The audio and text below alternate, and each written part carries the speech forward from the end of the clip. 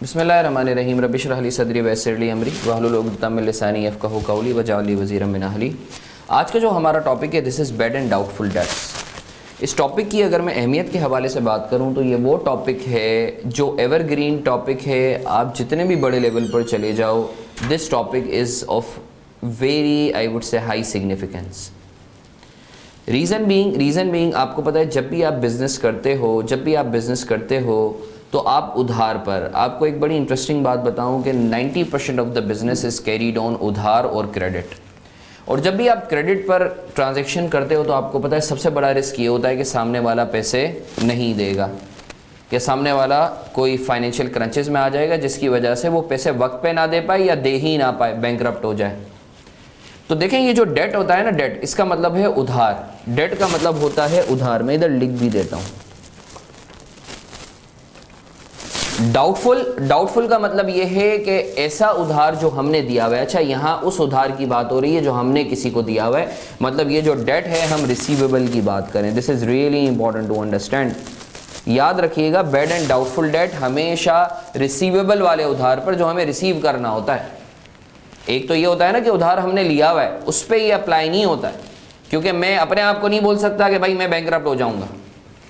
सही है ना, वो तो मेरे लिए एक जश्न का माहौल होगा कि मुझे किसी को पैसे ना देने पड़े।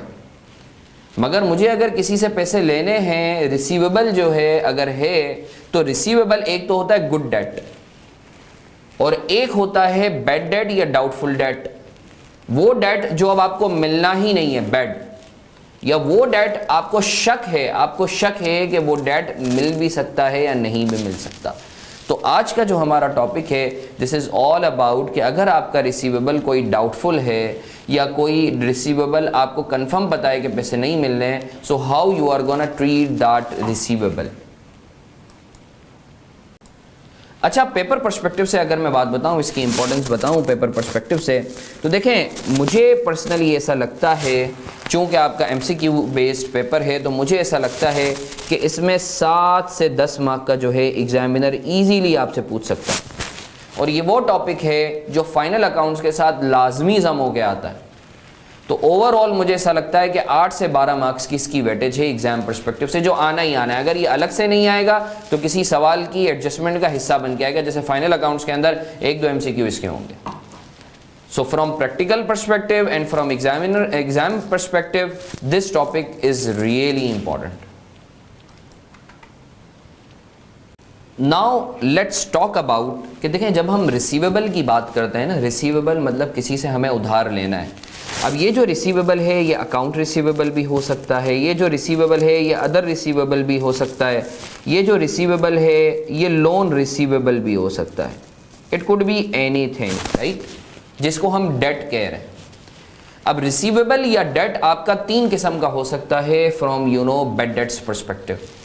या तो अच्छा रिसीवेबल होगा, गुड रिसीवेबल जिसको मैं बोल रहा हूँ, मतलब एक बंदा है जिससे मुझे उधार लेने हैं और मुझे पता है वो पैसे दे देगा, good receivable. We are not suppose to do anything. एक रिसीवेबल जो है, एक रिसीवेबल आपका होता है डाउटफुल। डाउटफुल का मतलब ये है आपको ऐसा लगता है कि हो सकता है पैसे मिल जाएं, हो सकता है पैसे ना मिलें, ठीक है ना। आप शको मुबहम में मुब्तला हो कि भाई ये पैसे मिलेंगे या नहीं मिलेंगे, बंदे के फाइनेंशियल क्रंचेस चल रहे हैं, तो उसके लिए ये जो डाउटफुल डेट होता है उसके लिए आप बुक करते हो प्रोविजन या allowance for bad dates. This is something really important. Provision या अलाउंस फॉर बैड डेट्स ये क्या चीज़ है, इसको मैं आपको नेक्स्ट उसमें बताता हूँ, नेक्स्ट वीडियो में। और एक होता है बैड डेट, बैड रिसीवेबल, मतलब मुझे कंफर्म पता है कि पैसे नहीं मिल रहे, तो उसके लिए आप क्या करते हो, आप उसके लिए राइट ऑफ करते हो, जिसको हम बोलते हैं बैड डेट्स राइट ऑफ। तो याद रखिएगा ये 3 किस्म का डेट या रिसीवेबल होता है। गुड रिसीवेबल होता है, we are not suppose to do anything with that. एक होता है डाउटफुल रिसीवेबल या डाउटफुल डेट, उसके लिए आप प्रोविजन या allowance for bad debts create करते हो। और एक होता है बैड डेट जिसके आप राइट ऑफ कर देते हो। तो ये 3 चीज़ें आपने याद रखनी है। अच्छा जी, अब एक बहुत इंपॉर्टेंट कॉन्सेप्ट है which we need to understand very carefully, prudence concept. Prudence concept क्या चीज़ है? प्रूडेंस कॉन्सेप्ट स्टेट्स कि अगर तो आपको नुकसान या ख़र्चा होने वाला है ना, अगर आप फ्यूचर में एंटिसिपेट कर रहे हो, so rather than waiting for the future, it is important कि आप उस खर्चे को आज ही रिकॉग्नाइज कर लो, आज ही बुक कर लो, उस लॉस को आज ही बुक कर लो। सिमिलरली अगर तो आपको इनकम होने वाली है तो आप इनकम को उस वक्त तक बुक ना करो जब तक कि वो रियलाइज नहीं हो जाती है, आप अर्न नहीं कर लेते हो। प्रूडेंस कॉन्सेप्ट को भी एक बड़े अच्छे और आसान अंदाज में आप लोगों को समझाने की कोशिश करता हूँ। देखें, अगर लेट्स से मुझे ऐसा लगता है बीइंग हसन मारफानी मुझे कोई ख़तरा है, तो मैं ख़तरे के एक्चुअली इनकर होने का वेट नहीं करूँगा, सही है ना।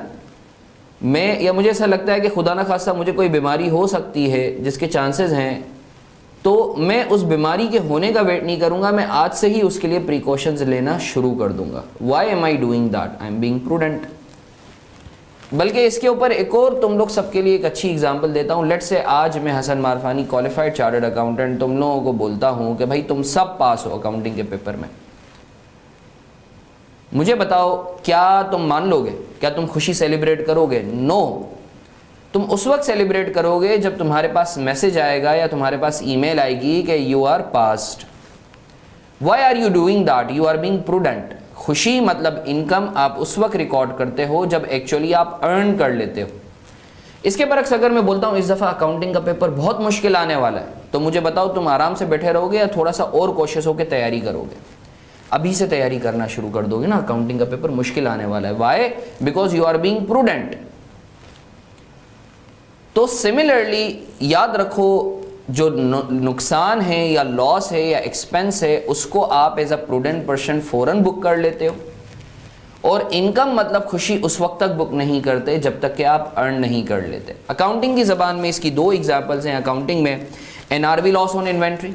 इन्वेंट्री लेट से 100 रुपये की है, आपने खरीदी, आपको ऐसा लगता है 90 रुपये में बिकेगी, सही है। NRV जिसको हम बोलते हैं नेट रियलाइजेबल वैल्यू 90 रुपया है, तो आप 10 रुपये का लॉस आज ही बुक कर लेते हो। इसके बरक्स 100 रुपये की चीज़ आपने खरीदी, आपको लगता है 120 में बिकेगी, तो आप 20 रुपया उस वक्त तक बुक नहीं करोगे जब तक कि ये इन्वेंट्री बिक नहीं जाती है। दूसरी एग्जांपल, प्रोविजन या allowance for bad dates. Being a prudent person, prudence concept states कि अगर तो आपको ऐसा लगता है कि कोई डेट या रिसीवेबल आपका डाउटफुल है, आपको पैसे नहीं मिलेंगे, तो एहतियातन आप उसका लॉस आज ही बुक कर लो। तो आई होप आपको ये चीज़ क्लियर है कि प्रोविजन फॉर बैड डेट्स आप कौन से कॉन्सेप्ट के तहत बुक करते हैं? प्रूडेंस कॉन्सेप्ट के तहत। Now moving on to our main area, provision for bad debts. अच्छा जी, बिस्मिल्लाहिर्रहमानिर्रहीम। अब इस एग्जाम्पल को हम लोग फोकस करते हैं। ये एग्जाम्पल बहुत अहम एग्जाम्पल है। इसमें मैंने सारी मॉडलिटीज़ को कवर किया हुआ है कि अगर आपने किसी को उधार पर जो है कुछ गुड्स दिए हैं या कुछ यूनिट्स बेचे हैं, तो नाउ यू आर एस्टिमेटिंग कि हो सकता है वो पैसे सारे के सारे दे दे या पैसे ना दे पाए, या वाकई वो बैंकरप्ट हो जाता है या बैंकरप्सी के बाद पैसे वापस देता है। So how you are gonna treat दो scenarios? So I would like all of you to be focused on this example. It's a basic example, but this is the important one. HM sold goods on credit to SM on 1st January 2024. Pass entries assuming following cases separately. HM estimates that amount will be received and amount received timely. HM को ऐसा लगता है कि भाई amount मिल जाएगी और amount वाकई timely receive हो गई है। तो आए इसकी एंट्री जल्दी से हम लोग देख लेते हैं। जल्दी से एंट्री देख लेते हैं हम लोग इसकी। केस 1, 1 जनवरी को जब हमने यूनिट्स बेचे, हमने एंट्री पास की होगी account receivable debit sales credit, कितने से? 200 से। मैं पूरा फॉर्मेट नहीं बता रहा, I am sure it would be sufficient for all of you. आप लोग जो है वो फॉर्मेट खुद ही जो है वो देख सकते हैं। HM estimates that amount will be received and amount received timely. HM को ऐसा लगता था कि अमाउंट सारा का सारा मिल जाएगा, मतलब it was assume to be good debt, सही, और अमाउंट सारा का सारा मिल भी गया। तो एंट्री क्या पास होगी? कैश डेबिट या bank debit account receivable credit, जब भी पैसे मिले 200 से। कोई प्रोविजन नहीं है, कोई बैड डेट्स राइट ऑफ नहीं है, सही है। नॉर्मली आपका रिसीवेबल था, आपको पैसे मिल गए। ये था case 1। Now let's have a look at case 2। HM estimates that 50% amount will not be received. However, 100% amount received. हमने जब माल बेचा तो एंट्री पास होगी। एंट्री क्या पास होगी? 2024 1 जनवरी account receivable debit sales credit 200 से, ठीक है। अब जब हमने माल बेचा तो हमें ऐसा लगता है based on the you know the condition of the customer कि 50% अमाउंट हमें रिसीव नहीं होगा। एस्टिमेट्स, जब भी याद रखो एक्सपेक्ट्स का लफ्ज़ यूज़ लिखा जाए या अज्यूम का लफ्ज़ यूज़ लिखा जाए या एस्टिमेट का लफ्ज़ हो तो इट मीन्स कि हम जो है अभी एस्टिमेट कर रहे हैं, अभी हमें शक है। याद रखो जब भी शक होगा तो हम प्रोविज़न क्रिएट करेंगे, जिसको कुछ टीचर्स अलाउंस के नाम से भी जो है बच्चों को बताते हैं। तो याद रखिएगा allowance for bad dates her entry के 2 लेग्स होते हैं। तो आप बैड डेट एक्सपेंस डेबिट करोगे और प्रोविज़न या allowance for bad dates, provision या फिर अलाउंस फॉर बैड डेट्स को क्रेडिट करेंगे। कैसे कैलकुलेट करेंगे सर जी? 200 इंटू 50%। ठीक है जी, आपने 100 रुपीज़ से जो है प्रोविज़न क्रिएट कर लिया। आपको शक था कि आपको पैसे नहीं मिलेंगे तो आपने प्रोविज़न क्रिएट कर लिया। मैं उम्मीद करता हूँ आपको क्लैरिटी है। अच्छा, now the interesting part is how ever 100% amount was received. The question states, the scenario states कि आपको सारे के सारे पैसे मिल गए। आपको शक था मगर आपको सारे के सारे पैसे मिल गए। तो सर आसान सी चीज़ है, आप इसकी एंट्री क्या पास करेंगे? सबसे पहले तो जो आपको पैसे मिले हैं उसकी एंट्री पास करें। Cash debit, account receivable credit, कितने से? 200 से। ऐसा ही है ना। और जो आपको शक था अब वो नहीं रहा। अब जब शक खत्म हो गया तो आपने ये जो प्रोविज़न क्रिएट किया था उसकी ज़रूरत भी नहीं है, तो इस प्रोविज़न को क्या करेंगे? रिवर्स कर देंगे। Provision for bad dates debit, allowance for bad dates भी इसको आप कह सकते हैं, और बैड डेट एक्सपेंस या रिवर्सल ऑफ बैड डेट्स, इसको बाज़-औक़ात कुछ teachers reversal of bad debts के नाम से भी बताते हैं। कितने से? 100 से। सर ये बैड डेट एक्सपेंस या रिवर्सल ऑफ बैड डेट जो क्रेडिट हो रहा है ये इनकम है आपके लिए? जी बिल्कुल, एक तरीके से आपके लिए इनकम है। तो मुझे शक था मगर शक मेरा मटीरियलाइज नहीं हुआ, मुझे पैसे मिल गए सारे के सारे, तो जो शक था उसकी अब ज़रूरत नहीं है, तो उसको मैंने क्या कर दिया? रिवर्स कर दिया। मैं उम्मीद करता हूँ आपको इस चीज़ पे क्लैरिटी है। I am hopeful that you are very clear on this. अच्छा जी, केस 3 कर लेते हैं।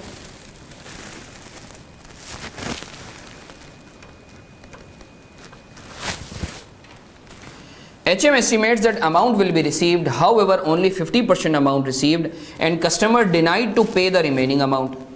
हमें ऐसा लगता था कि कस्टमर पैसे दे देगा मगर कस्टमर ने 50% पे किया और बाकी अमाउंट देने से मना कर दिया। अब सर ये एस्टीमेट नहीं कर रहा मैं, ये कंफर्म मुझे पता है वो पैसे नहीं देगा। ठीक है, मुझे कंफर्म पता है कि वो पैसे नहीं देगा। अच्छा, मैं प्रैक्टिकली जो है वो हम लोग लीगल डिस्प्यूट्स वगैरह में जाते हैं, क्योंकि हम लोगों का तो being in a financial institution का तो काम ही जो है वो लोन की लेन देन होता है। तो अब मैं मॉडलिटीज़ में नहीं जा रहा, मैं बेसिक आपके लेवल पर आपको अकाउंटिंग पर्सपेक्टिव से बता रहा हूँ। ठीक है, कि एज्यूमिंग आपने सारी अपनी एफर्ट्स जो हैं वो एग्जॉस्ट कर दी हैं और उसके बाद आपको जो है पता है कि पैसे नहीं मिलेंगे, तो अब क्या होगा? तो 1 जनवरी 2024 को मैंने एंट्री पास की होगी account receivable debit, sales credit. ठीक है, डेट आपको क्वेश्चन में दी हुई होगी, आपने वही क्वेश्चन वाली जो डेट है वो डालनी है। अब जब हमें ऐसा लगता था कि भाई वो तो अमाउंट पे कर देगा, तो हमने कोई प्रोविज़न भी बुक नहीं किया होगा, बट कस्टमर ने जो है 50% अमाउंट पे किया और 50% बाकी देने का मना कर दिया। तो हम जो है क्या करेंगे? Cash debit, account receivable credit, 200 का 50% कितना होता है? 100। ये हमें मिल गया और बाकी जो सर 100 रुपये हमें नहीं मिलेंगे वो हम क्या करेंगे? वो राइट ऑफ करेंगे, क्योंकि हमें कंफर्म पता है कि अब हमें नहीं मिलेगा। सर राइट ऑफ की एंट्री क्या पास होती है? एक्सपेंस कर देंगे हम, bad debt expense debit, account receivable credit, कितने से? 200 का 50%, 100। मैं उम्मीद करता हूं आपको क्लैरिटी है। Now the interesting part which is something really important to understand, यहां आप इसको गौर से फोकस होकर देखिएगा। जब आप प्रोविजन करते हैं तो प्रोविजन में भी बैड डेट एक्सपेंस डेबिट होता है। जब आप राइट ऑफ करते हैं तो राइट ऑफ में भी बैड डेट एक्सपेंस डेबिट होता है। बस फर्क इतना है कि जब आप प्रोविजन करते हैं तो आपका रिसीवेबल हिट नहीं होता, आप एक कॉन्ट्रा अकाउंट खोल लेते हैं। सही है, इट्स जस्ट लाइक कि आपका रिसीवेबल जो है अभी भी बाकी है बट वो वेंटिलेटर पर है, तभी आप रिसीवेबल को हिट नहीं करते। सही, जैसे इंसान वेंटिलेटर पर होता है, तो प्रोविजन बुक करने का मतलब ये है कि हम अभी बीच में हैं, हमें नहीं पता, मिल भी सकता है नहीं भी मिल सकता, तभी हमने एक कॉन्ट्रा अकाउंट खोला हुआ है। राइट ऑफ के अंदर आपको कंफर्म पता चल जाता है, वो बोलते हैं ना वेंटिलेटर से अब हट गया बंदा खत्म, तो इट्स जस्ट लाइक कि आपका डेट खत्म हो गया, अब आपको मिल नहीं सकता, तो आपने राइट ऑफ कर दिया। तो याद रखिएगा प्रोविजन और राइट ऑफ में फ़र्क क्या है। प्रोविजन जब भी आप बुक करते हैं तो आप बैड डेट एक्सपेंस, दोनों में बैड डेट एक्सपेंस ही आप डेबिट कर रहे होते हैं। बस फ़र्क इतना होता है कि जो आप क्रेडिट करते हैं प्रोविजन फॉर बैड डेट्स के केस में, उसमें रिसीवेबल को क्रेडिट नहीं करते, कॉन्ट्रा अकाउंट खोलते हैं। क्यों? क्योंकि यू स्टिल एक्सपेक्ट कि आपको रिसीवेबल अभी मिल जाएगा, जैसे कि हमारे केस में भी मिला भी है केस 2 में। मगर केस 3 में जो है आपको कंफर्म होता है कि भाई पैसे नहीं मिलेंगे, तो फिर आप डायरेक्टली अकाउंट रिसीवेबल को हिट कर देते हैं।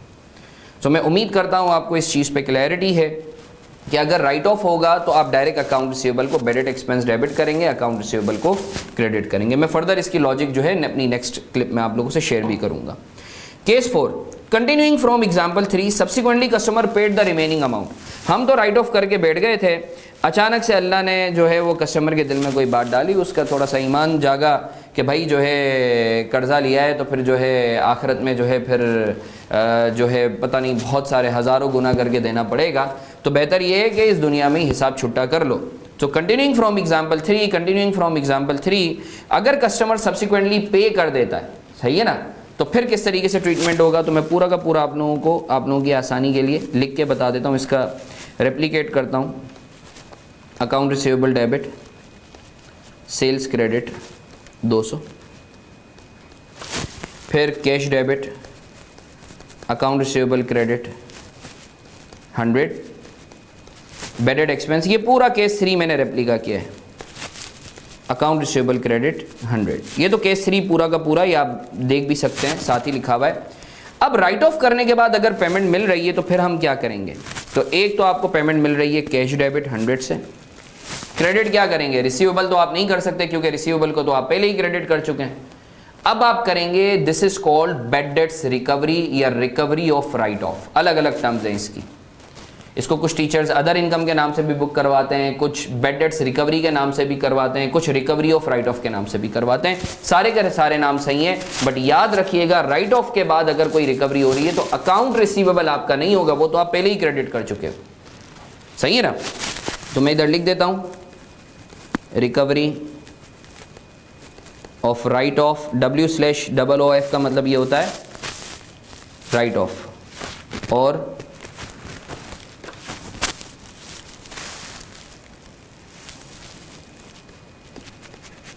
Bad debt recovery. इसका नेचर क्या है सर? इसका नेचर है आपके लिए इनकम। ठीक है जी, मैं उम्मीद करता हूं आपको क्लैरिटी है, मैं उम्मीद करता हूं आपको इस चीज़ पे क्लैरिटी है। अच्छा जी, बिस्मिल्लाहिर्रहमानिर्रहीम, रब इश्रह ली सदरी वयस्सिर ली अमरी। हमने एंट्रीज़ देखी, हमने पूरा डेट्स का कॉन्सेप्ट देखा, फिर हमने bad debt, good debt, doubtful debt के हवाले से देखा। Now let's quickly move on to preparing T accounts. अगर इन टी अकाउंट्स पे आपकी ग्रिप है, जिसको हम लेजर भी कहते हैं, so it would be very easy for you to cope up all of the scenarios related to bad and doubtful debts. अच्छा जी, देखें ये अकाउंट रिसीवेबल का अकाउंट है, आप इसी तरीके से ये अदर रिसीवेबल भी आप कह सकते हो, लोन रिसीवेबल की भी कह सकते हो, डिपेंडिंग ऑन द सिनेरियो। आपको पता है बीइंग एन एसेट नॉर्मली इसका जो बैलेंस होता है वो ओपनिंग बैलेंस इस तरफ होता है। ठीक है जी, मैं साथ साथ आप लोगों की आसानी के लिए एंट्रीज़ भी बनाता रहूँगा ताकि आप लोगों को चीज़ें पता चलती रहें कि किस तरीके से जो है चीज़ें मूव ऑन होती हैं। अकाउंट रिसीवेबल क्यों बढ़ता है आपका, क्या वजूहात होती हैं, ज़रा आप रिकॉल करें, अकाउंट रिसीवेबल क्यों बढ़ेगा आपका। सही है, आप भी रिकॉल करें, मैं भी आपको बताता हूँ। सेल्स की वजह से, ये कौन सी सेल्स है, क्रेडिट सेल्स हैं आपकी। ठीक है, मैं एक काम करता हूँ, लगे हाथों साथ साथ आप लोगों की आसानी के लिए एंट्रीज़ भी बनाता रहता हूँ। Account receivable debit, sales credit, ठीक है, ये एंट्रीज़ मैं इधर बनाता रहता हूँ। और आपका अकाउंट रिसीवेबल क्यों बढ़ता है, any other reason. Bank reconciliation statement हम लोग सब पढ़ के आ रहे हैं, आपको पता है कि जब आपको पैसे मिल जाते हैं मगर चेक डिसऑनर हो जाता है, ठीक है, या स्टेल हो जाता है, तो आपको पता है कि आप एंट्री को रिवर्स करते हैं। तो जब आपको पैसे मिलते हैं तो आपने एंट्री क्या पास की होती है, bank debit, account receivable credit. सही है, बल्कि पहले एक काम करते हैं, जो रिसीट है उसको लिख देते हैं। क्रेडिट क्यों होता है, रिसीट की वजह से, one of the reason, receipts, आपको पैसे मिल रहे हैं, कैश भी हो सकता है, बैंक भी हो सकता है, इसकी एंट्री पास कर लेते हैं। कैश बोल दें या बैंक बोल दें, और अकाउंट रिसीवेबल क्रेडिट। ठीक है जी। अभी मैं सिर्फ आपको बता रहा हूँ कि इसका लेजर में क्या क्या चीज़ें आती हैं। अच्छा, इसी एंट्री से एक और चीज़ जो अभी मैं बात कर रहा था, चूँकि बैंक रिकॉन हमने पढ़ा हुआ है, सो वी कैन रिकॉल कि आपको पता है जब अगर चेक डिसऑनर होता है तो आप बैंक को डेबिट कर देते हो, बैंक को क्रेडिट कर देते हो और अकाउंट रिसीवेबल को डेबिट कर देते हो, अलगर्ज ये वाली एंट्री रिवर्स हो जाती है। तो इधर मैं लिख देता हूँ डिसऑनर्ड चेक,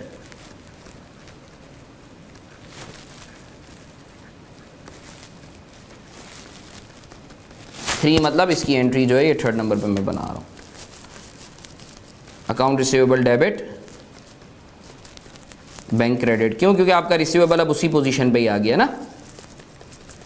अच्छा जी, और किन किन वजूहात की बिना पे अकाउंट रिसीवेबल जो है आपका डेबिट होता है? मैं फिर से रिपीट कर रहा हूँ, ये जो सेल्स हैं ये क्रेडिट सेल्स हैं। डेबिट चलें याद आएगा तो हम बात करेंगे। अच्छा, क्रेडिट किस वजह से होता है? डिस्काउंट अलाउड, आपने डिस्काउंट दिया है कोई,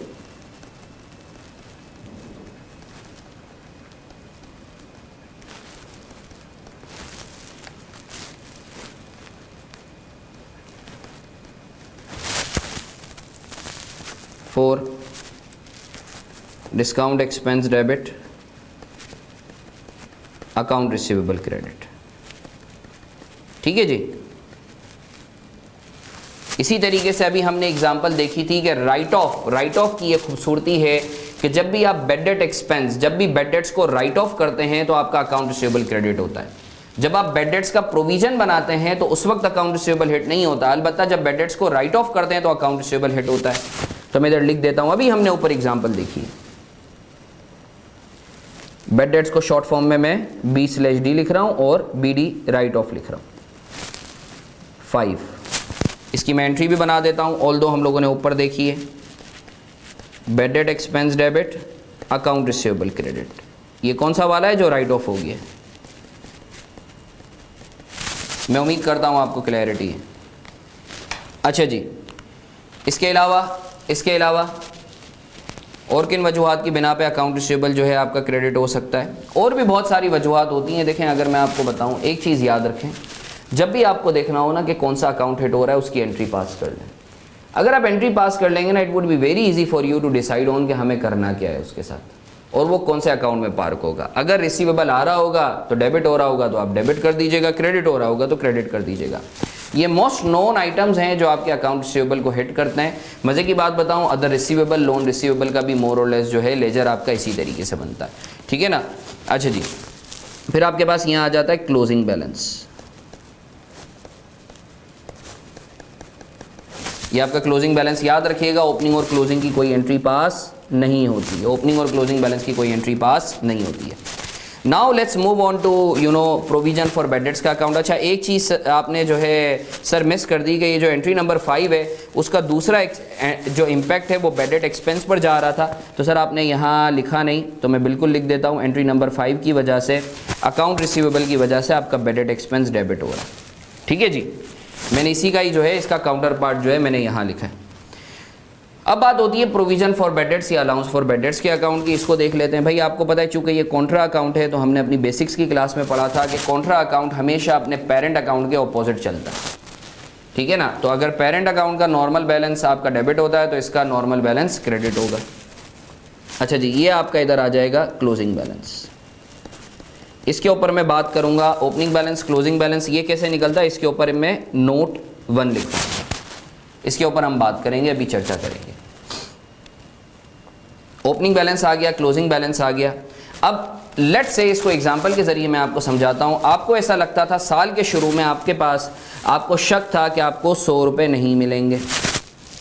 साल के एंड पे आपको ऐसा लगता है कि यार इस दफ़ा मुझे ऐसा लगता है कि यार मुझे चांसेस हैं कि प्रोविज़न जो है मुझे करना पड़ेगा 150 तक का। तो आप कितने से अपने शक को बढ़ाएंगे? 50 रुपये से अपने शक को बढ़ाएंगे। सही है। तो आप इधर क्या बुक करेंगे? एक तरीके से बैड डेट एक्सपेंस। ये एंट्री हो गई 6। सही है। इस एग्जांपल से जो है मैं लेके चल रहा हूँ, इसको ब्रैकेट में मैं डाल रहा हूँ so that you can better comprehend with this. ठीक है। अब इसकी एंट्री क्या पास होगी? याद रखिएगा प्रोविजन फॉर बैड डेट जो है ना वो मेंटेन होता है। अभी मैं आपको टेक्निक्स भी बताऊंगा कि किस तरीके से जो है आपको मेंटेन होना, कितने से बढ़ाना, वो सारी चीज़ें मैं आपको बताऊंगा। अभी फ़िलहाल हम इस अकाउंट को पूरा करते हैं।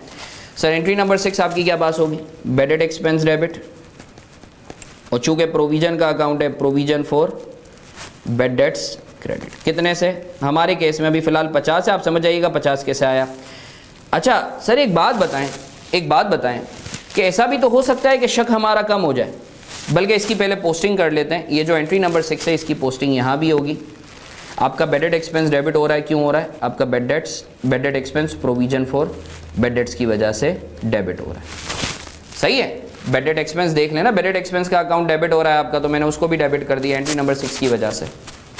अच्छा जी, अब इधर एक सवाल आता है कि सर जी आपने जो है हसन मारफानी साहब, आपने जो है अज्यूम किया है कि आपका प्रोविज़न बढ़ रहा है, 100 से 150 हो रहा है, तो आपने 50 से अपने शक को बढ़ा दिया। Sir ji it might be other way around, हो सकता है आपका प्रोविज़न 100 से कम हो के 80 हो रहा हो, कस्टमर जो है उनके हालात अच्छे हो गए हों, it might be the possibility. तो ये आपका क्या आ जाएगा? अभी हमने देखा भी था, रिवर्सल ऑफ बेड डेट। ठीक है जी, इसकी एंट्री क्या पास होगी? इसकी एंट्री इसका रिवर्स हो जाएगा। मैं इधर लिख देता हूं, provision for bad debts debit, reversal of bed date, या फिर बेड डेट एक्सपेंस भी कुछ टीचर्स करवाते हैं। ठीक है जी, एंट्री नंबर 7 मैंने कुछ नहीं किया, ऊपर वाली एंट्री को रिवर्स कर दिया। इसकी पोस्टिंग कर लेते हैं सर जी, इसकी पोस्टिंग कर लेते हैं। एंट्री नंबर 7 की वजह से आपका प्रोविजन फॉर बेड डेट्स आपका डेबिट हो रहा है। तो ये आपके मैक्सिमम पॉसिबल आइटम्स हैं जो आपके आ सकते हैं किसी भी अकाउंट में। अब एग्जामिनर क्या करता है, इसमें से कोई भी फिगर जो है आपसे निकलवा सकता है। अच्छा, जब आप बेडेड एक्सपेंस के अकाउंट को बैलेंस आउट करेंगे तो आपको पता चल जाएगा, सही आपके पास बैलेंसिंग फिगर या तो यहाँ आ रही होगी, ठीक है, या तो आपकी बैलेंसिंग फिगर यहाँ आ रही होगी।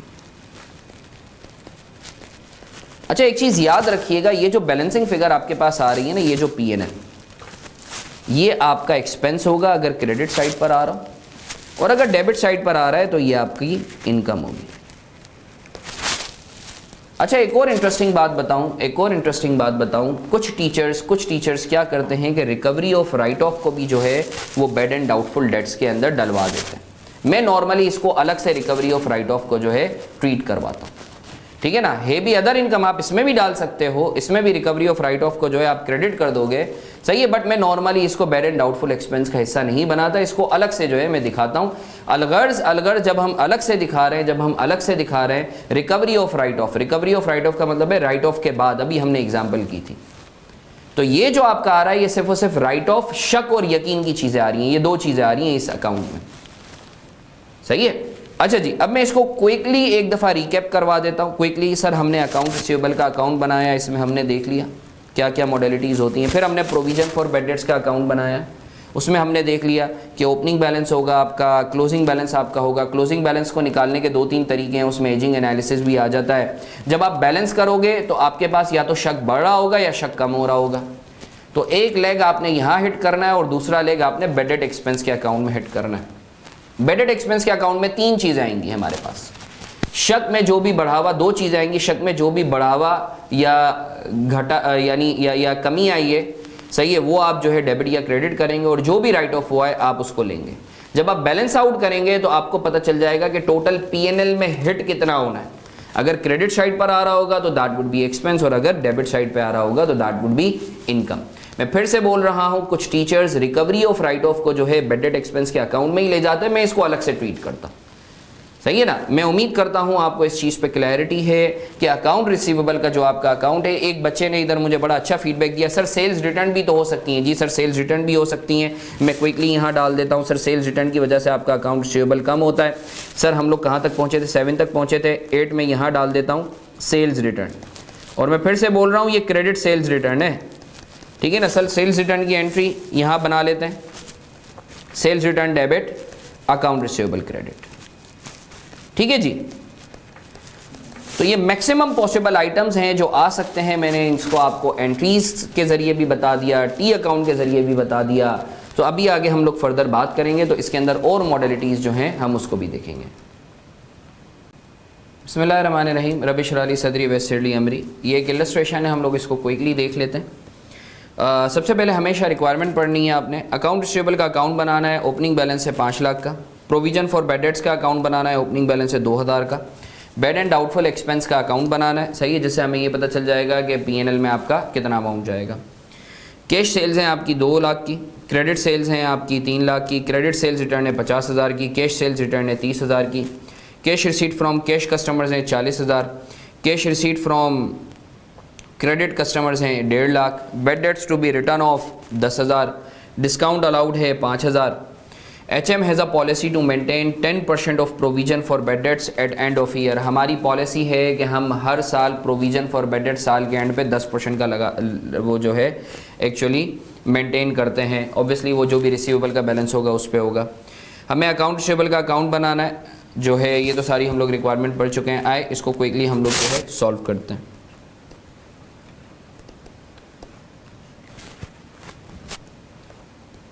अकाउंट रिसीवेबल आपका आ जाएगा इधर प्रोविजन फॉर बैड डेट्स,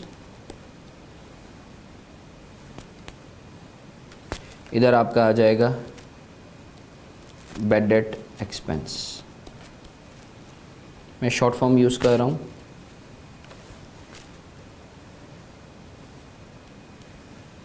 अच्छा जी, मेरे पास ओपनिंग बैलेंस है 200,000, ठीक है, सवाल में दिया हुआ है। आई एम सॉरी 5,000 है, 5 लाख है। अच्छा जी, इसके बाद कैश सेल्स दी हुई है, कैश सेल्स दी हुई है 2 लाख, सही है। इसको लेंगे, कैश सेल्स को लेंगे नहीं सर, इग्नोर करेंगे। अकाउंट रिसीवेबल के अकाउंट में सिर्फ क्रेडिट सेल्स आती हैं 3 लाख।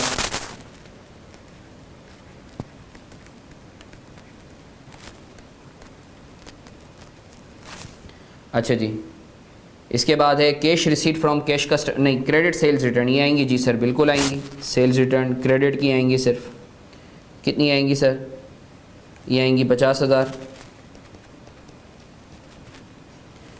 कैश सेल्स रिटर्न नहीं, ये नहीं आएंगी, कैश सेल्स रिटर्न नहीं आएंगी। Cash receipt from cash customers ये आएंगी, नहीं सर ये भी नहीं आएंगी। Cash receipt from credit customer जी ये बिल्कुल आएगा 1.5 लाख।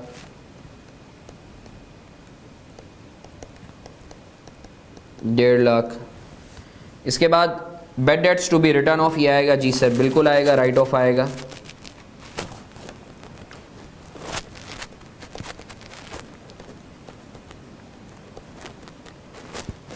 $10,000।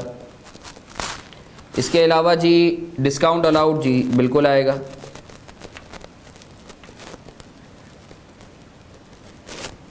5,000। अच्छा, बैड डेट्स राइट ऑफ आपने लिया है तो आपने सर जी दूसरा इम्पैक्ट नहीं लिया है बैड डेट एक्सपेंस के अकाउंट में। अच्छा, आपको पता है ना एक्सपेंस और इनकम का कोई ओपनिंग और क्लोजिंग बैलेंस नहीं होता। यही वजह है कि प्रोविजन फॉर बैड डेट्स का दिया हुआ है ओपनिंग बैलेंस, अकाउंट रिसीवेबल का दिया हुआ है। बैड डेट एक्सपेंस का या किसी भी एक्सपेंस या इनकम का कोई ओपनिंग और क्लोजिंग बैलेंस नहीं होता। बैड डेट एक्सपेंस आपका क्यों डेबिट हो रहा है, सही है, आपके रिसीवेबल की वजह से। कितने से, 10,000। ये शक है या यकीन है, ये कौन सा बैड है, ये प्रोविजन वाला बैड है या राइट ऑफ वाला बैड डेट है? सर ये राइट ऑफ वाला है, ठीक है जी, याद रखिएगा। प्रोविजन वाला जो बैड डेट होता है वो अकाउंट रिसीवेबल को हिट नहीं करता। डिस्काउंट अलाउड है आपका 5,000। अच्छा, वो मैंने लिख दिया है। मुझे अकाउंट रिसीवेबल का क्लोजिंग बताते हैं, अकाउंट रिसीवेबल का क्लोजिंग बताते हैं।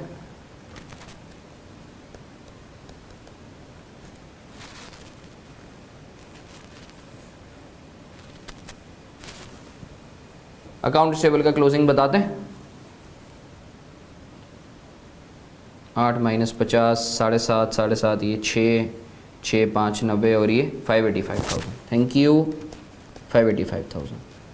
अच्छा जी, provision for bad debts opening balance हमारे पास दिया हुआ है। कितना दिया हुआ है ओपनिंग बैलेंस? ओपनिंग बैलेंस है 2,000। अब आपको पता है कि हम प्रोविजन फॉर बैड डेट्स का याद रखना, अगर अपनी ज़िंदगी आसान करना चाहते हो ना तो हमेशा प्रोविजन का क्लोजिंग बैलेंस निकालना कि कितना मेंटेन करना है। तो जब तुम ओपनिंग और क्लोजिंग का बैलेंस लोगे तो तुम्हें पता चल जाएगा कि सफ़र कितने से करना है, शक को कम करना है या बढ़ाना है। क्लोजिंग आपको पता है कि प्रोविजन फॉर बैड डेट्स जो कैलकुलेट होता है, जो क्लोजिंग बैलेंस कैलकुलेट होता है, वो कैसे होता है, ये देख भी लो। जो भी हमारा रिसीवेबल का क्लोजिंग बैलेंस होता है 585 के, उसके ऊपर परसेंटेज लगा देते हो। कितना मेंटेन करना था, 10%। तो ये कितना आ गया, 58,500। साल के शुरू में हमें शक था 2000 का, साल के एंड पे हमें लगता है 58,500 का जो है अमाउंट हमें नहीं मिलेगा।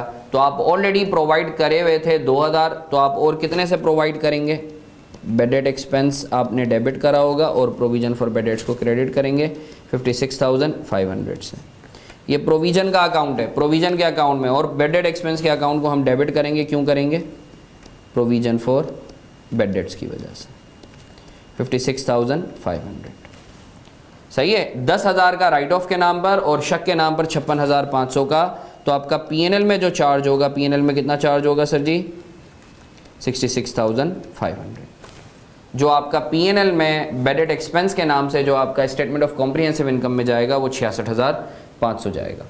मैं उम्मीद करता हूँ आपको क्लैरिटी है that how we are gonna proceed while actually you know solving bad debts related questions. अच्छा जी, बिस्मिल्लाहिर्रहमानिर्रहीम।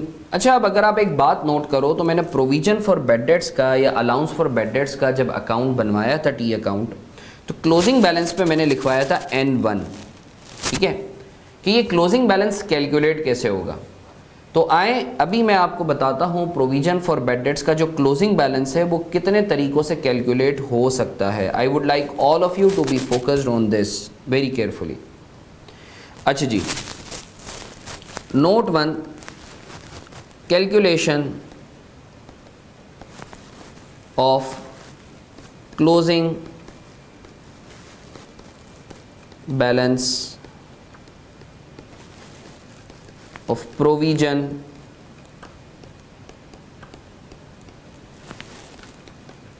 जिसको आप अलाउंस भी कह सकते हैं, बैड डेट्स। ठीक है जी। पहला तरीका जो है वो आपका है normal general provision.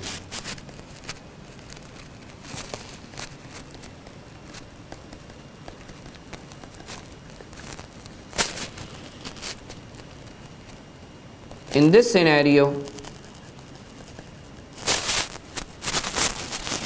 closing provision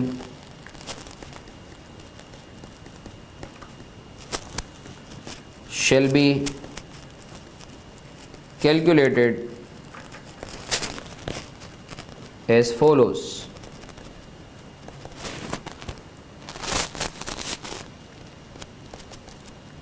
Closing adjusted account receivable into provision for bad debts rate। जो भी आपके पास क्लोजिंग एडजस्टेड अकाउंट रिसीवेबल है, क्लोजिंग एडजस्टेड अकाउंट रिसीवेबल है, उसके ऊपर जो भी प्रोविजन फॉर बैड डेट्स का रेट दिया हुआ है, अगर तो आप उसके ऊपर अप्लाई कर लें, so you would get you know the closing provision का अमाउंट, जो कि बड़ा नॉर्मल सा केस है, जो कि हम अभी करते हुए आए। जो अभी हमने पिछला सिनेरियो देखा था उसमें हमने क्या किया था, जो भी आपका क्लोजिंग एडजस्टेड अकाउंट रिसीवेबल था उसके ऊपर हमने जो है प्रोविजन फॉर बैड डेट्स का जो भी गिवन रेट है वो लगा दिया था। अच्छा हसन, एक बात बताएं कि क्लोजिंग एडजस्टेड अकाउंट रिसीवेबल और क्लोजिंग अकाउंट रिसीवेबल दोनों के बैलेंस में क्या फ़र्क है। बाज़-औक़ात एग्जामिनर ये करता है कि तुम्हें अकाउंट रिसीवेबल का क्लोजिंग बैलेंस तो देता है, बट इट मेंशंस कि भाई इसमें कुछ एडजस्टमेंट जो है वो इनकॉर्पोरेटेड नहीं है। तो आप उन एडजस्टमेंट को जब इनकॉर्पोरेट कर लेते हो तो then you get closing adjusted receivable का बैलेंस। तो याद रखिएगा क्लोजिंग प्रोविजन का जो रेट है वो आप क्लोजिंग एडजस्टेड रिसीवेबल के बैलेंस पर लगाएंगे। अच्छा हसन, अगर कोई एडजस्टमेंट नहीं है तो क्या जो क्लोजिंग बैलेंस है क्या हम उसे क्लोजिंग एडजस्टेड कह सकते हैं? जी बिल्कुल कह सकते हैं। ये है पहला सिनेरियो जो नॉर्मल सिनेरियो। दूसरा है स्पेसिफिक एंड जनरल प्रोविजन।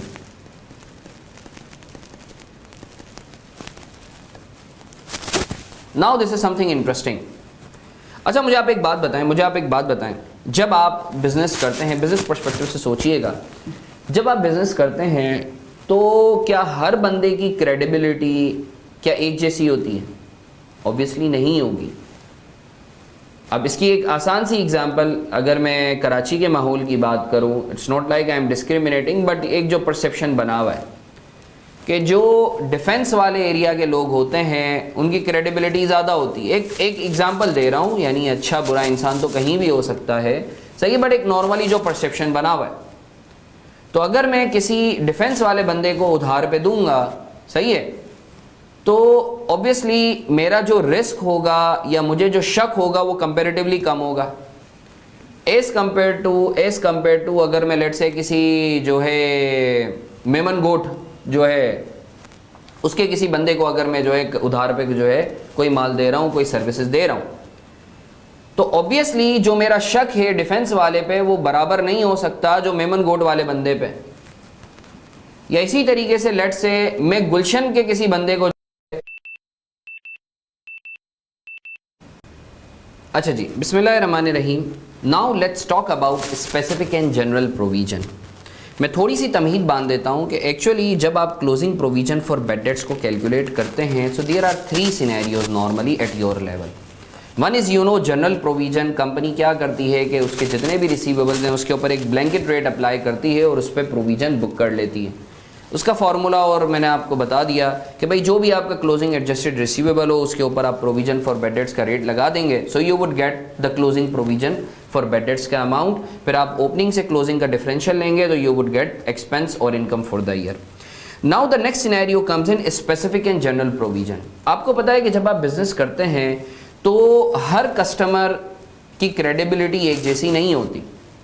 कुछ कस्टमर्स बहुत ही अच्छे होते हैं, कुछ कस्टमर्स जो हैं वो आपके मीडियोकर टाइप होते हैं, यानी नॉर्मल कस्टमर्स हैं, पे कर भी सकते हैं, नहीं भी कर सकते। कुछ कस्टमर्स जो हैं वो ऐसे होते हैं जो हमें पता है कि यार they are gonna give us a very tough time to actually get our amount received from them.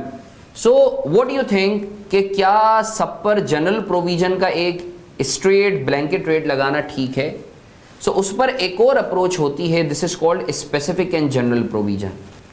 Specific provision के अंदर आप ये करते हैं कि आप स्पेसिफिकली जो कस्टमर्स आपको ऐसा लगता है जिनकी क्रेडिबिलिटी बुरी है उनके ऊपर आप प्रोविजन ज़्यादा रखते हैं, क्योंकि अगर मुझे शक ज़्यादा है तो जाहिर सी बात है मैं प्रोवाइड ज़्यादा करूँगा, उससे रिलेटेड एक्सपेंस ज़्यादा बुक करूँगा।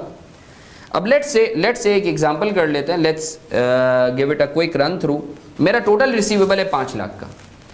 अब उसका मैंने ब्रेकअप दे दिया है कि कस्टमर ए से रिसीवेबल है 1 लाख का, कस्टमर बी से रिसीवेबल है 1.5 लाख का, और बाकी जो रिमेनिंग कस्टमर्स हैं उनसे 2.5 लाख का रिसीवेबल है। अब जनरल जो प्रोविजन का रेट है जो मैं नॉर्मल कस्टमर्स पे लगाता हूँ वो 10% का लगाता हूँ, बट मुझे ऐसा लगता है कि कस्टमर ए जो है he is gonna give me a very tough time, so और based on my past experience या जो भी सिनेरियो होता है, अच्छा सवाल में आपको जो है ना कोई रेट ऑफ प्रोविजन कैलकुलेट करने के लिए नहीं दिया गया होगा, it would be given to you. तो मुझे ऐसा लगता है कि कस्टमर ए से मुझे ऐसा लगता है कि पैसे थोड़ा मुश्किल से मिलेंगे, और based on the past experience ऐसा है कि वो जो है 60% या 70% दे देता है, तो मैं एक्सपेक्ट कर रहा हूँ कि 40%, मुझे ऐसा शक है, अभी कंफर्म नहीं है, जो मुझे ऐसा शक है कि 40% पैसे नहीं मिलेंगे, तो मैंने इसके ऊपर 40% का रेट ऑफ प्रोविजन लगा दिया। एक और कस्टमर है, कस्टमर बी, उससे मुझे 1.5 लाख रुपए लेने हैं based on my past experience, although ये मेरा पुराना कस्टमर है, सही है, बट मुझे ऐसा लगता है कि ये कुछ ज़्यादा ही तंग करता है, और मुझे जो है ऐसा लगता है कि 50% ऑफ द अमाउंट मुझे रिसीव नहीं होगी, या हो सकता है नया कस्टमर है मगर मार्केट के अंदर जो है इसके हवाले से जो है बातें ऐसी हैं कि भाई ये पेमेंट नहीं करता। तो मैंने just to be on a safer side मैंने इसके ऊपर बोला कि भाई मैं इसके ऊपर 50% प्रोविजन जो है वो क्रिएट करूँगा। It could be anything, again that is based on the risk analysis. Being an accountant you have got nothing to do, ये मैंने आपकी नॉलेज के लिए बताया है कि हम किस तरीके से एस्टिमेट करते हैं, सही है। आपने जो है सिर्फ और सिर्फ एग्जाम में आपको रेट दिया गया होगा, जो भी बैलेंस हो आपने उसके ऊपर रेट अप्लाई करना है। रिमेनिंग कस्टमर्स, ऑब्वियसली ये रिमेनिंग कस्टमर्स है तो इनके ऊपर कितना अप्लाई करूंगा, जनरल रेट अप्लाई करूंगा 10% का। 1 लाख का 40% कितना होता है, मेरा जो क्लोजिंग प्रोविजन आएगा वो कैसे कैलकुलेट होगा, 1 लाख का जो 40% है 40,000, 1.5 लाख का 50% हो गया 75,000, और 2.5 लाख का 10% हो गया 25,000। तो मेरा जो टोटल क्लोजिंग प्रोविजन आएगा वो कैसा आएगा, 40 + 75, ये हो गया 1,40,000। तो अगर तो आपको सवाल में स्पेसिफिक एंड जनरल प्रोविजन वाली चीज़ें दी हुई हैं तो आपका क्लोजिंग प्रोविजन का जो फॉर्मूला बनेगा वो कैसे बनेगा, specific plus general provisions. So मैं उम्मीद करता हूं आपको क्लैरिटी है that in case of you are given different rates, तो आप क्या करेंगे, हर कस्टमर या हर रिसीवेबल के ऊपर अलग अलग रेट लगाएंगे और जो भी आपका प्रोविजन आएगा उन सबको सम कर लेंगे, so that you would gate closing provision for bad debts का अमाउंट। अच्छा जी, बिस्मिल्लाहिर्रहमानिर्रहीम। Now let's move on to the last area of how to calculate closing provision for bad debts in different scenario. Let me give you a quick run through. पहले हमने discuss किया कि देखिए closing provision for bad debts को जब भी आप calculate करते हैं तो एग्जाम सिचुएशन में आपको हो सकता है एक ही रेट दिया गया है, blanket rate, and you are suppose to calculate closing provision for bad debts. तो आप कैसे कैलकुलेट करेंगे, जो भी आपका क्लोजिंग रिसीवेबल आ रहा है उसके ऊपर आप जो है रेट लगा देंगे, so you would gate closing provision for bad debts का अमाउंट, जो कि अभी हमने सवाल में किया भी था। बाज़ औक़ात ऐसा होता है कि आपको जो है based on you know the risk of the customer आपको डिफरेंट रेट्स दिए गए होते हैं, डिफरेंट रिसीवेबल्स दिए हुए होते हैं। कस्टमर ए से इतना रिसीवेबल है, बी से इतना रिसीवेबल है, और ए और बी के अलग अलग जो है प्रोविजन के रेट्स दिए हुए होते हैं depending on their you know credibility.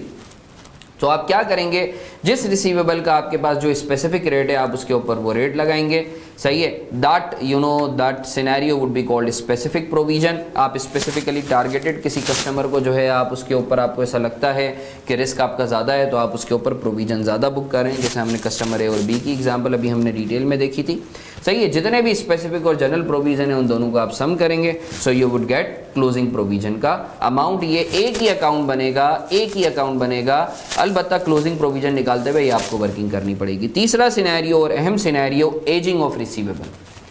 जैसे इंसान की एज बढ़ती है तो वो थोड़ा सा पुराना होता रहता है, बासी होता रहता है। सिमिलरली जो है क्या कहते हैं, रिसीवेबल की भी एजिंग बढ़ती है, तो आपको पता है आपका जो शक है, आपका जो रिस्क है वो ज़्यादा होता है, सही है ना, वो ज़्यादा होता रहता है जैसे जैसे आपकी जो है रिसीवेबल की एजिंग बढ़ती है। ऑब्वियसली मैंने अगर किसी को आज उधार दिया है, तो मुझे पता है कि यार वो पैसे दे देगा, बट जैसे जैसे वो डिले करेगा, एक महीने बाद उसने पेमेंट करनी थी, 1 महीना हो गया, फिर एक और महीना गुजर जाता है तो मुझे लगेगा यार ये पैसे क्यों नहीं दे रहा, फिर 2 महीने और गुजर जाते हैं तो मुझे और शक ज़्यादा होगा, फिर 4 महीने गुजर जाते हैं वो पैसे नहीं देता, और शक ज़्यादा होगा, फिर 1 साल गुजर जाता है तो मुझे और शक ज़्यादा होगा। तो जैसे जैसे रिसीवेबल की एज बढ़ती है वैसे वैसे हमारा जो रिस्क है वो भी बढ़ता है, तो हम प्रोविजन का रेट बढ़ाते हैं। अगेन एग्जाम पर्सपेक्टिव से आपको कोई रेट कैलकुलेट नहीं करने के लिए दिया जाएगा, रेट आपको दिया जाएगा, आपको बस पता होना चाहिए किस पर क्या अप्लाई करना है। अब रेट ऑफ प्रोविजन मैं अज्यूम कर लेता हूँ ये सब आपको एग्जाम में दिया गया होगा कि 0 से लेकर 30 डेज़ के जितने भी रिसीवेबल्स हैं हम उसके ऊपर कोई प्रोविजन का रेट अप्लाई नहीं करते, सही है। जैसे ही 31 से 90 डेज़ में होता है तो हम जो है हमें ऐसा लगता है कि शक बढ़ गया है तो 10% का हम रेट अप्लाई करते हैं। इसी तरीके से 91 to 180 डेज़ वाले जो रिसीवेबल हैं उनके ऊपर हम 20% का जो है प्रोविज़न का रेट अप्लाई करते हैं, और जो रिसीवेबल जो है 181 to 360 डेज़ तक के हैं उसके ऊपर हम 50% का प्रोविज़न अप्लाई करते हैं, और जो मोर देन 360 डेज़ हैं उसके ऊपर हम 100% का प्रोविज़न अप्लाई करते हैं। सर ये 100% राइट ऑफ नहीं होगा, नहीं, राइट ऑफ का मतलब ये है मुझे कन्फर्म है कि नहीं मिलेगा, प्रोविज़न का मतलब ये है मुझे शक है, क्यों, क्योंकि इतना ज़्यादा डिले हो चुका है, ठीक है जी। अच्छा जी, जल्दी से बताएं 1 लाख के ऊपर कितना प्रोविज़न होगा, कुछ भी नहीं, और दूसरे वाले पे 1.5 लाख का 10% कितना होगा, 15,000, तीसरे वाले पे 50,000 का 20% कितना होगा, 10,000, तीसरे वाले पे 1,10,000 का 50% कितना होगा, 55,000, और पाँचवें वाले पे 90,000 का 100% कितना होगा, 90,000। तो आपका जो टोटल क्लोजिंग प्रोविजन आ रहा है वो कितना आ रहा है, 15 और 10 25 और ये 55 कितने हो जाते हैं, अराउंड 80 और 90 1,70,000। तो आपका ये जो closing provision for bad dates है ना, जो हमने अभी प्रोविजन फॉर बैड डेट्स का अकाउंट पढ़ा था उसमें जो क्लोजिंग प्रोविजन निकालना था तो वो 3 तरीकों से निकाल सकते हैं depending on the scenario given in the question. या तो एक ही रेट होगा तो आपने पहला सिनेरियो ऑप्ट करना है, या आपके जो है डिफरेंट रेट्स होंगे तो आपने दूसरा सिनेरियो ऑप्ट करना है, या एजिंग दी हुई है तो आपने इस तरीके से करना है, तो आपका इस तरीके से closing provision for bad dates निकलेगा। तो मैं उम्मीद करता हूँ आपको क्लैरिटी है कि how we are gonna deal with you know different scenarios when we are calculating closing provision for bad debts. अच्छा जी, हम लोगों ने जो है लेजर बनाना सीख लिया, अकाउंट रिसीवेबल का, प्रोविजन फॉर बैड डेट्स का, बैड डेट एक्सपेंस का।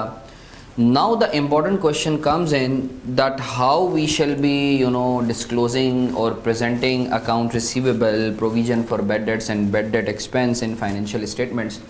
क्योंकि आपको पता है कि अल्टीमेटली जितनी भी चीज़ें हम कर रहे हैं ना, हम इसलिए कर रहे हैं कि यूज़र को किस तरीके से प्रेजेंट हो, यूज़र के लिए किस तरीके से आसानी पैदा कर सकें। तो आपको पता है कि जब हम फाइनेंशियल स्टेटमेंट्स की बात करते हैं तो दो अहम जो चीज़ें हैं, जो दो अहम फाइनेंशियल्स हैं, वो है आपका एसओसीआई जिसको आप पीएनएल भी कहते हैं, प्रॉफिट एंड लॉस अकाउंट भी कहते हैं, और दूसरा है एसओएफपी। ठीक है जी, ये दो चीज़ें हैं जहां आपने देखना है कि आपका अकाउंट रिसीवेबल और प्रोविजन फॉर बैड डेट्स किस तरीके से प्रेजेंट होगा और बैड डेट एक्सपेंस किस तरीके से प्रेजेंट होगा। याद रखें जो बैड डेट एक्सपेंस है आपका, जो बैड डेट एक्सपेंस है ये आपका, अच्छा जब मैं बैड डेट एक्सपेंस की बात करता हूं तो I actually talk about right of plus provision both, मैं दोनों की बात करता हूं। ये आपका प्रेजेंट होगा एसओसीआई में, स्टेटमेंट ऑफ कॉम्प्रिहेंसिव इनकम में, अंडर ऑपरेटिंग एक्सपेंसेस। ये इंशाल्लाह जब हम फाइनेंशियल स्टेटमेंट्स पढ़ेंगे तो you would get to know ये जो मैं बात कह रहा हूँ। याद रखिएगा बैड डेट एक्सपेंस जो आपका शो होता है वो राइट ऑफ प्लस प्रोविजन दोनों का सम होकर शो होता है। अच्छा बाजू का ऐसा होता है रिकवरी ऑफ राइट ऑफ्स भी होती हैं कि राइट ऑफ हो गया उसके बाद रिकवरी हो, तो ये भी आपकी जो है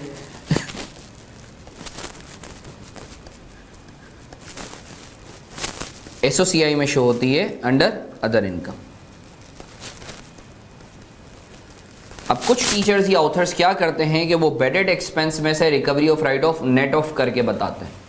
मैं दोनों को जो है आई वुड सजेस्ट कि दोनों को अलग अलग रखें आप, सही है। Bad debt expense right of plus provision और रिकवरी ऑफ राइट ऑफ दोनों को अलग अलग आप शो करें। अच्छा जी, याद रखिएगा जो आपका अकाउंट रिसीवेबल है, अकाउंट रिसीवेबल जो है ये आपका net of provision, net of closing provision, ये आपका कहाँ शो होता है, ये आपका एसओएफपी में शो होता है। एसओएफपी अंडर करंट एसेट्स हेडिंग। ठीक है जी, किस तरीके से शो होगा, आपके लेट से करंट एसेट्स आ रहे हैं,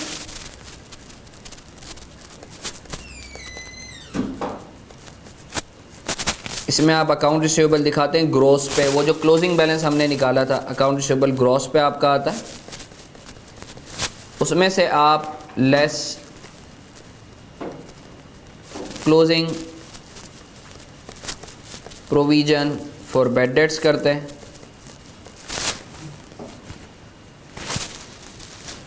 तो आपका क्या आ जाता है, आपका आ जाता है अकाउंट रिसीवेबल नेट। ठीक है जी, ये याद रखिएगा। अच्छा ये कौन सा अकाउंट रिसीवेबल है, ये क्लोजिंग अकाउंट रिसीवेबल है, क्लोजिंग की बात हो रही है, जो इस साल का क्लोजिंग वो अगले साल का ओपनिंग। तो मैं उम्मीद करता हूँ आपको क्लैरिटी है कि किस तरीके से आपका जो है account receivable, provision for bad debts, bad debt expense आपका फाइनेंशियल स्टेटमेंट्स में किस तरीके से जो है प्रेजेंट होगा। If there is any confusion please feel free to reach out.